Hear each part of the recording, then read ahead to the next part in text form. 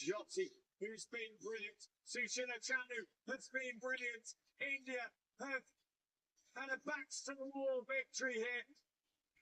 Germany through the kitchen sink. Everything. You saw that video where the Indian hockey girls were trying their level best. The commentator used two idioms there. Did you notice that? The first one was back to the wall. Back to the wall refers to very very tough situation, difficult to escape.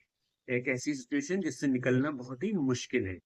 ठीक है? That is the meaning of back to the wall. And the second idiom used by the commentator was throw the kitchen sink.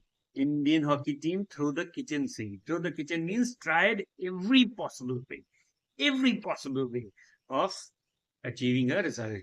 हर अपना result पाने के लिए हर संभव प्रयास करना. Those were the two idioms for today. Follow for more.